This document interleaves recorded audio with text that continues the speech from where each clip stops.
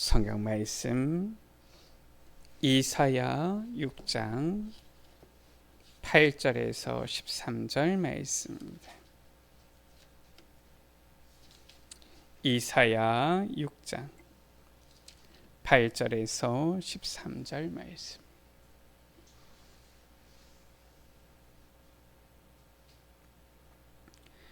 이사야 6장 8절에서 13절 말씀을 우리 같이 한 목소리로 합독하십니다. 내가 또 주의 목소리를 들으니 주께서 이르시되 내가 누구를 보내며 누가 우리를 위하여 갈고 하시니 그때에 내가 이르되 내가 여기 있나이다 나를 보내소서 하였더니 여호와께서 이르시되 가서 이 백성에게 이르기를 너희가 듣기는 들어도 깨닫지 못할 것이요 보기는 보아도 알지 못하리라 하여 이 백성의 마음을 둔하게 하며 그들의 귀가 막히고 그들의 눈이 감기게 하라. 염려하건대 그들이 눈으로 보고 귀로 듣고 마음으로 깨닫고 다시 돌아와 고침을 받을까 하노라 하시기로 내가 이르되 주여 어느 때까지니까 하였더니 주께서 대답하시되 성읍들은 황폐하여 주민이 없으며 가옥들에는 사람이 없고 이 토지는 황폐하게 됨. 여호와께서 사람들을 멀리 옮기셔서 이 땅 가운데 황폐한 곳이 많을 때까지니라. 그 중에 10분의 1이 아직 남아 있을지라도 이것도 황폐하게 될 것이나 밤나무와 상수리 나무가 배임을 당하여도 그 그루터기는 남아 있는 것 같이 거룩한 씨가 이 땅에 그루터기니라 하시더라. 아멘. 하나님께서 우리에게 2024년 7월을 주셨습니다. 그 누구도 살아본 적이 없는 7월이지요. 우리도 아직 한 번도 살아본 적이 없는 이 2024년 7월입니다. 해마다 7월은 오니까 작년에 7월이나 아니면 5년 전에 7월이나 10년 전의 7월이나 지금의 7월이나 별 차이가 없는 것처럼 느껴지지만 실은 2024년 이 7월은 단 한 번밖에 없고요. 또 아직 아무도 살아본 적이 없고요. 또 지나가면은 다시는 살 수 없는 그러한 한 달이지요. 하나님께서 2024년 7월 우리에게 주시는 이 언약을 붙잡아야 되겠습니다. 오늘 말씀 가운데 내가 또 주의 목소리를 들으니 주께서 이르시되 내가 누구를 보내며 누가 우리를 위하여 갈꼬. 이 주님의 탄식 그 가운데 이사야의 이 대답이지요. 내가 이르되 내가 여기 있나이다 나를 보내소서. 어느 현장으로 보냅니까? 13절 가운데 그 중에 10분의 1이 아직 남아 있을지라도 이것도 황폐하게 될 것이나 밤나무와 상수리 나무가 배임을 당하여도 그 그루터기는 남아 있는 것 같이 거룩한 씨가 이 땅에 그루터기니라 하시더라. 이 말씀이지요. 바로 하나님께서 우리에게 주시는 이 렘넌트의 언약, 이 렘넌트 언약을 붙잡는 달이 되어야 되겠습니다.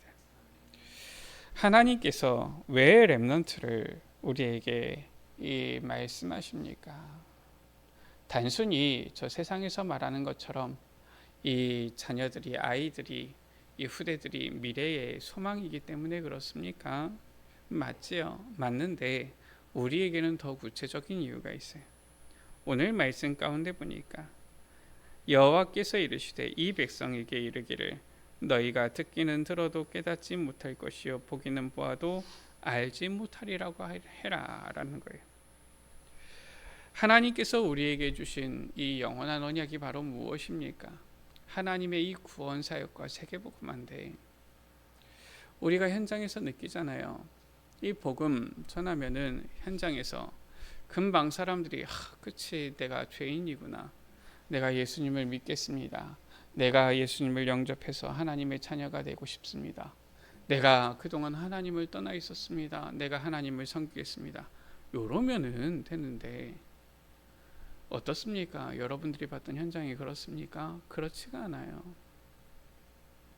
오히려 예수님에 대해서 말하면은 뭔 예수를 믿냐, 내 주먹을 믿지, 이런 얘기를 하고요. 하나님을 우리가 전하면은 하나님이 어디 있냐, 이런 얘기를 합니다. 당신은 죄인입니다. 나는 법 없이도 살 사람인데, 이 사람은 법 없이도 살 사람인데 무슨 죄인이냐, 이런 얘기를 합니다. 이 사탄에게 속아서 우리가 전적 타락하게 되어졌다 얘기하면은 21세기에 귀신이 어딨냐, 이런 얘기를 합니다. 그러면서 하는 얘기가 뭡니까? 모든 종교는 다 똑같은 것이야, 이런 얘기를 합니다. 심지어 더 나아가서 저 종교를 가진 사람들 오히려 사회 악이야, 이런 얘기까지 합니다. 뭡니까? 그들이 듣기는 들어도 깨닫지 못하고 보기는 보아도 알지 못하는 거예요. 하나님의 말씀을 들어도 깨닫지 못하고, 하나님께서 이 세상 만물을 창조하셨고 지금도 하나님께서 그의 주권으로 이 세상 만물을 다스리심에도 불구하고, 그것이 이 만물 가운데 보여짐에도 불구하고 믿지를 않는 것이지요. 그러면 우리가 낙심해야 됩니까? 포기해야 됩니까? 그게 아니에요. 그래도 하나님의 이 영원한 언약은, 이 영원전부터 영원까지의 이 언약은 반드시 성취되어집니다. 어떻게 성취되어집니까 도대체? 우리가 보는 현장에서는 아무런 이 역사가 없는 것 같은데요. 하나님의 이 구원 사역과 세계복음화의 사역은 오늘 말씀이지요. 그루터기 렘넌트를 통하여서 성취되어진다라는 것입니다. 저 로마가 착각한 것이 있었습니다. 기독교인들 짓밟으면은, 잡아다 죽이면은 없어질 줄로 착각했던 거예요. 그래서 저 초대교회 일어날 때, 로마의 황제 말고도 다른 왕이 있다고? 너희들은 죽어야 돼, 이렇게 했던 겁니다. 당시 이 초대교회가 주여 했을 때 쓴 단어가 퀴리오스라는 단어였어요. 그런데 이 퀴리오스라는 이 헬라어지요. 이 헬라어는 로마 시대 때 로마의 황제에게만 쓰던 단어였습니다. 우리 여러분들 기도할 때 주여, 우리가 기도하잖아요. 주님, 우리가 기도하잖아요. 우리가 실은 이 복음을 설명할 때에도 하나님에 대해서, 그리스도에 대해서 우리는 주라는 단어를 쓰잖아요. 이 초대교회가 주라는 단어를 쓰는데, 이 퀴리오스 단어를 쓰는데, 로마 사람들은 다른 황제가 있다고 이렇게 이해를 하는 거지요. 그러니까 저 로마 사람들이 봤을 때에는 이것들은 죽여야 되는 거예요. 왜냐? 한마디로 해서 이 반역자들인 거지요. 짓밟으면은 없어질 줄 알았던 겁니다. 그래서 아주 이 7명의 황제 기간 동안에 아주 열심히 초대교회를 핍박했어요. 어떻게 죽였느냐? 우리 여러분들이 아시지 않습니까? 잡아다가 불로 태워서 죽이기도 하고, 화형이지요. 맹수의 밥으로 죽이기도 하고, 십자가에 달아서 죽이기도 하고, 베드로 같은 경우는 거꾸로 십자가를 지었다라고 하죠. 똑바로 지어도 힘들 텐데 거꾸로 십자가를 지었고요. 이렇게 해서 죽였고요. 여러 가지 이러한 이 방법으로 죽인 거예요. 특히나 우리가 잘 아는 로마의 이 미친 황제 네로 아닙니까? 이 네로는 로마 이 도시에다가 불을 지른 거예요. 왜냐? 이 자기가 시인이라고 이 착각을 해가지고 시를 써야 되는데 영감이 안 떠오르는 겁니다. 예술가들이라고 하는 사람들 좀 사이코적인 이런 면이 있잖아요. 그러니까 뭔가 영감이 떠올라야 되는데 영감이 안 떠오르니까 이 사람들을 시켜가지고 로마 시내에다가 불을 싹 질러버린 거예요. 불타는 로마를 보면서 야 그래 이거야 이러면서 시를 썼다라고 하지. 근데 다 불타고 났더니 어떻습니까? 사람들이 막 드세게 일어나잖아요. 백성들이 난리가 나잖아요. 자기가 위태로워지잖아요. 그러니까 어떻게 합니까? 저 기독교인들이 불을 질렀다. 누명을 씌우잖아요. 그렇게 해가지고 많은 기독교인들을 죽이고 이랬지요. 그렇게 해서 기독교가 없어졌습니까? 초대교회가 사라졌습니까? 천만에요. 250년 만에 로마는 기독교에 완전히 무릎 꿇게 되어진 겁니다. 주 313년 콘스탄틴 황제 때지요. 로마는 이제 기독교 국가다. 아예 선포를 해버렸어요.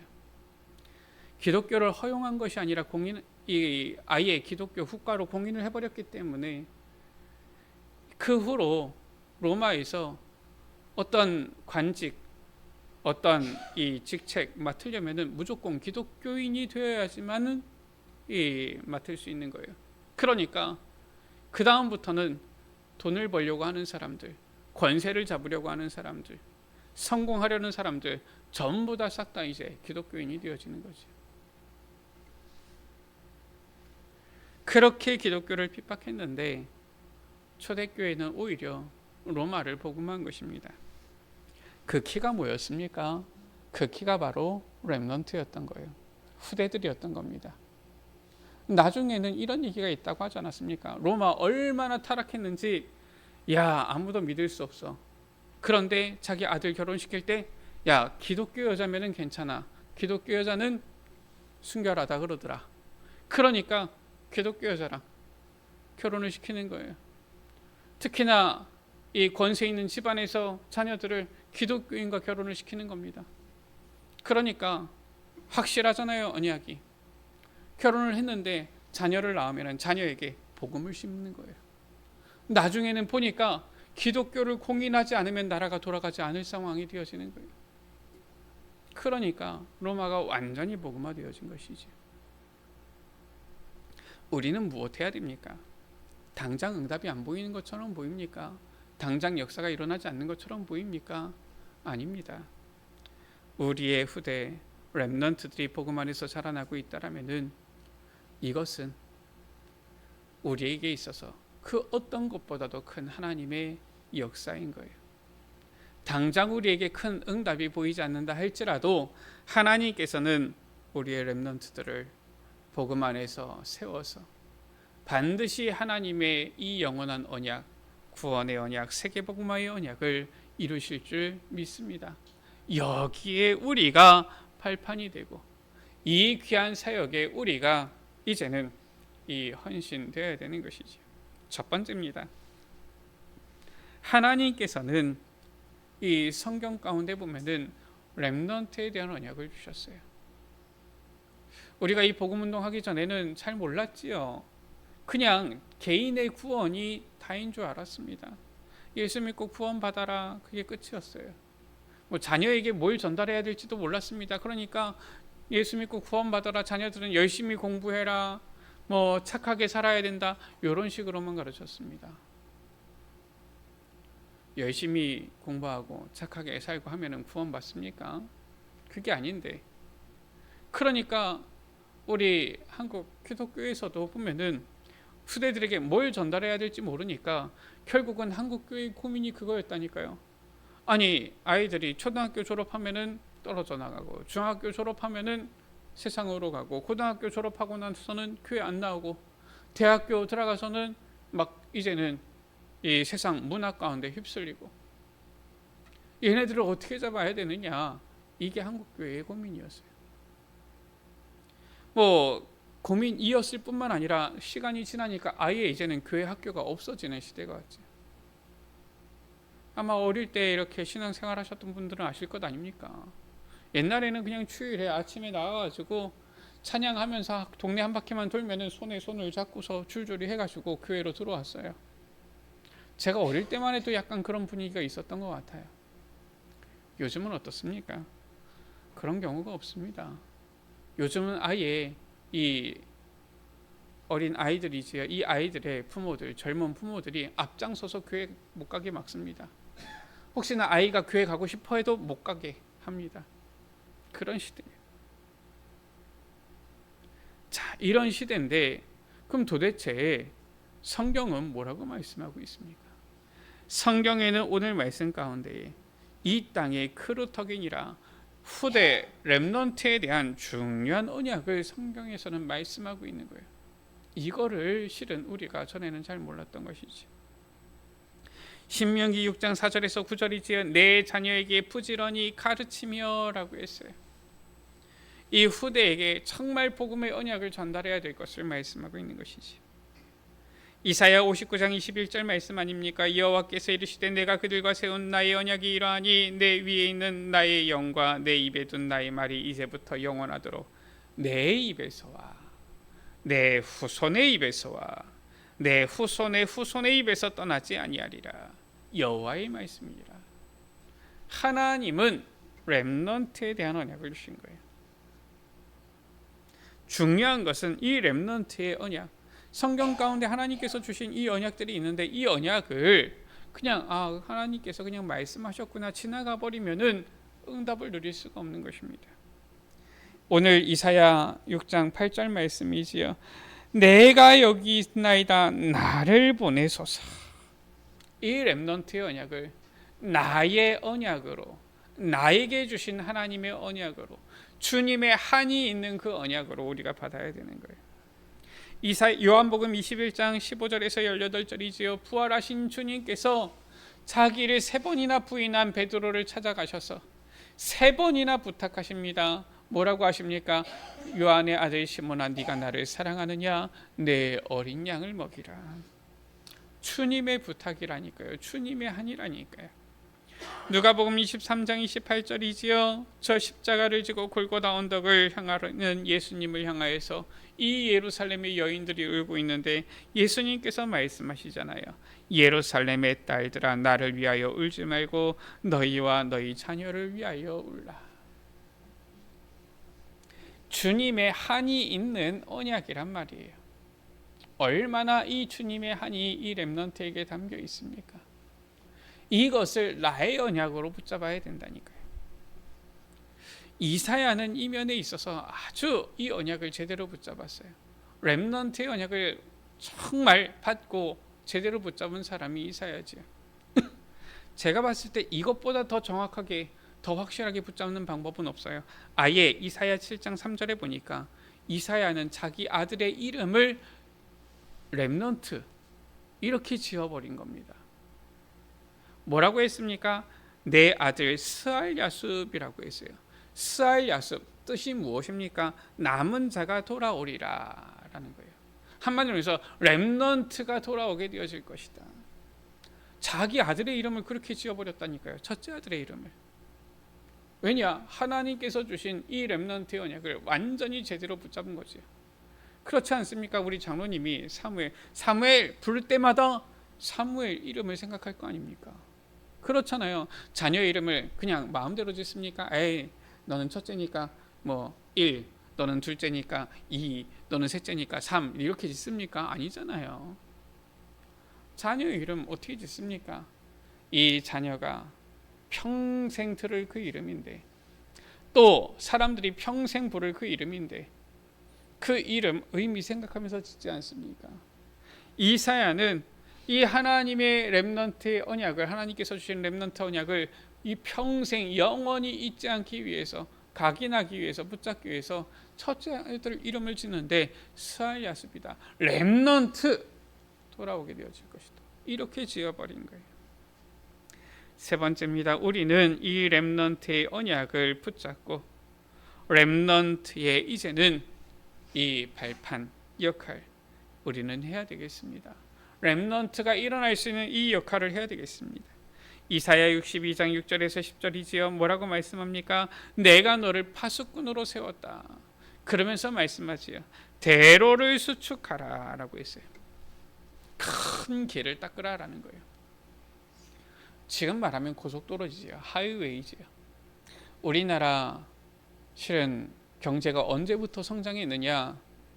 우리나라가 아직까지 보면은 보릿고개를 겪고 있을 그때에 고속도로를 닦았어요. 서울하고 부산을 잇는 경부고속도로를 닦은 겁니다. 처음 고속도로를 저는 타본 적은 없어요. 얘기를 들어보니까 처음 고속도로는 편도 1차선, 왕복 2차선이었다 그러더라고요. 경부고속도로. 일단 돈이 없는데 어려운 상황에서도 일단 뚫은 겁니다. 지금 경부고속도로는 그 뒤로 많이 이렇게 확장이 되어지고 보수가 되어진 고속도로라고 하지. 처음에는 일단은 기술도 부족하고 일단은 뚫은 거예요.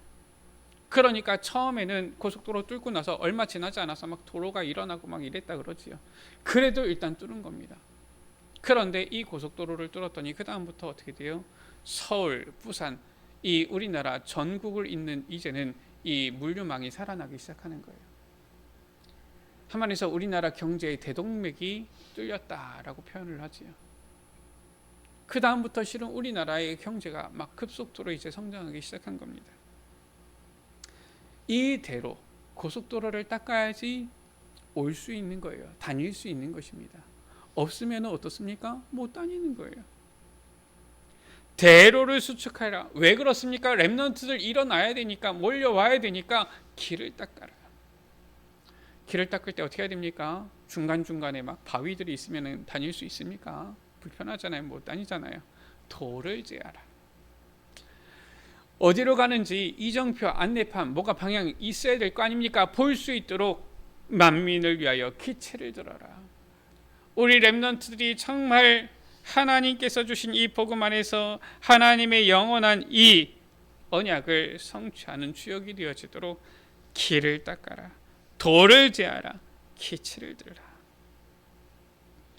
말씀을 마칩니다. 우리가 하나님께서 주신 이 렘넌트의 언약을 실제 붙잡아야 되겠습니다. 사람들이 말은 잘합니다. 말로는 못하는 게 없어요. 그런데 실제 하는 사람은 없어요. 실제 실은 이 하나님의 언약을 우리가 붙잡아야 되는 것이지요. 사람들이 보면은 말로는 이것도 저것도 도움 주려는 사람들이 많습니다. 근데 실제 도움 주는 사람이 별로 없어요. 그러니까 보면은 현장에서도 세상에서도 보면은 혼자 고민하면서 염려하는 사람들이 많지요.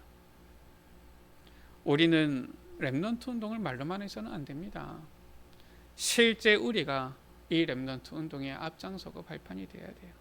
그래서 우리가 이번에도 이제 이 코로나 이후로 처음으로 본격적으로 모여서 이 WRC 진행되어집니다. 세계 렘넌트 대회 진행되어집니다. 우리가 렘넌트 운동을 말로만 해서는 안 돼요. 실제 렘넌트들이 일어날 수 있도록.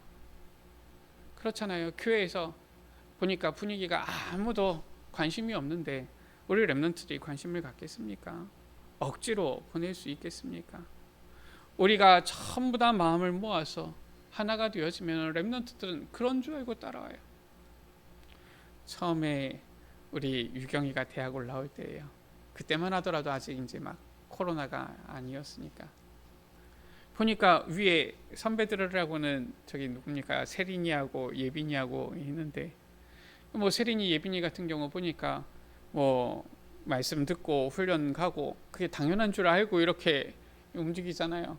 당연히 카렌 선교하고 당연히 합숙하고 당연히 수련회 가고 이러니까 우리 유경이 포럼이 그래요. 그냥 언니들 그렇게 하니까 당연한 줄 알고 이제 한마디로 해서 이제 이 수련회 가고 합숙 가고 이랬던 거예요. 근데 이제 코로나 시작되니까 합숙이 없어졌잖아요. 그러니까 지금 우리 렘넌트들은 합숙 안 가는 게 당연한 것처럼 이렇게 올라오는 겁니다. 그게 참 안타까워요. 우리가 앞에서 보여주면은 뒤에서 따라오는 밑에서 올라오는 우리 렘넌트들은 그게 당연한 줄 알고 너무 쉽게 오는데 앞에서 그게 보여지지가 않으면은 그게 어색한 거예요. 왜 가야 되지? 이렇게 되어지는 겁니다. 렘넌트 언약은 그겁니다. 우리가 지금 당장 막 세계복음화를 하고 그러면 감사하지요. 우리를 통해서 막 전 세계의 제자들이 막 일어나가지고 아무 문제 없이 막 우리가 그냥 가는 곳마다 막 놀라운 역사가 일어나고 기적의 역사가 일어나고 그럼 감사하지요. 그런데 우리가 세상에 보니까 그렇지가 않단 말이에요. 그렇지 않은 그런 모습이 보이지 않는 세상 속에서 우리 후대들이 살아나야 되는데 우리 후대들이 일어나야 되는데 어떻게 후대들이 복음 안에서 일어나냐 그 말이에요. 우리가 이 렘넌트 운동을 정말 이 언약을 붙잡고 실제적으로 우리가 발판이 되어지면 우리 렘넌트들은 우리를 보고 중직자들을 보고 믿음의 앞에 나간 이 선배들을 보고서 당연한 줄 알고 그러고 그렇게 나아가는 것이지요. 우리 7월, 8월 이 여름 본격적으로 이 렘넌트 우리의 후대들을 훈련하는 중요한 이 시간표가 있는 달들입니다. 우리가 이 렘넌트의 언약을 붙잡고 실제 발판이 되어지는 귀한 이 은혜가 우리 여러분들에게 우리 에베네셀 교회에 있게 되어지기를 주 이름으로 축원합니다. 그래서 우리 에베네셀 렘넌트들이 정말 세계복음화의 주역으로 서게 되어지기를, 하나님 보실 때에 정말 축복하실 수밖에 없는 이 세계복음화의 주인공 되어지기를 주의 이름으로 축원합니다. 우리 시간 같이 기도합니다. 하나님, 렘넌트의 언약을 붙잡게 하여 주옵소서. 이 렘넌트 운동을 말로만이 아니라 실제적으로 발판이 되어서 실현해 나가는 우리의 이 걸음이 되어지도록 축복하여 주옵소서. 우리 시간 다 같이 주여 한번 무릎 기도하십니다. 주여, 아버지 하나님 감사합니다. 우리에게 2024년 7월을 허락하여 주심을 감사합니다. 한 번도 살아보지 않았고 아무도 살아보지 못한 이 2024년 7월이오니 아버지 하나님, 주님께서 주신 언약을 붙잡고 나아가기를 원합니다. 우리에게 렘넌트 언약을 붙잡는 달을 허락하여 주셨사오니 주님께서 말씀하신, 주님께서 약속하신 이 세계복음화의 비밀키 우리의 후대 렘넌트의 언약을 붙잡게 하여 주옵소서. 이 렘넌트 운동을 말로만 하는 것이 아니라 실제 발판이 되어서 대로를 수축하며 돌을 제하며 만민을 위하여 기치를 들며 이 렘넌트 운동에 앞장서게 하여 주옵소서. 이 렘넌트 언약을 우리의 마음속에 하늘로 함께 하여 주시고 이 렘넌트 운동의 실제 발판이 되어져서 정말 우리의 후대, 우리의 렘넌트들, 우리의 에베네셀 렘넌트들이 세계복음화의 주인공, 영적 서밋들이 되어지도록 축복하여 주옵소서. 우리 주 예수 그리스도의 이름으로 하나님 아버지 감사합니다. 2024년 7월 아무도 살아본 적 없는, 아무도 아직 한 번도 살아보지 못한 이 새로운 달을 허락하여 주셨사오니 주의 언약 붙잡고 나아가게 하여 주옵소서. 렘넌트의 언약을 붙잡는 달이 되게 하여 주옵소서. 이 렘넌트 운동에 우리가 이제 발판이 되어져서 대로를 수축하며 돌을 제하며 만민을 위하여 기치를 들므로 실제 발판이 되어지는 이 역할을 감당하게 하여 주옵소서. 정말 우리를 발판 삼고 우리의 후대들, 우리의 렘넌트들, 우리의 에베네셀 렘넌트들이 세계복음화의 주인공으로 영적 서밋으로 서게 하여 주옵소서. 우리 구주 예수 그리스도의 이름으로 기도드립니다. 아멘.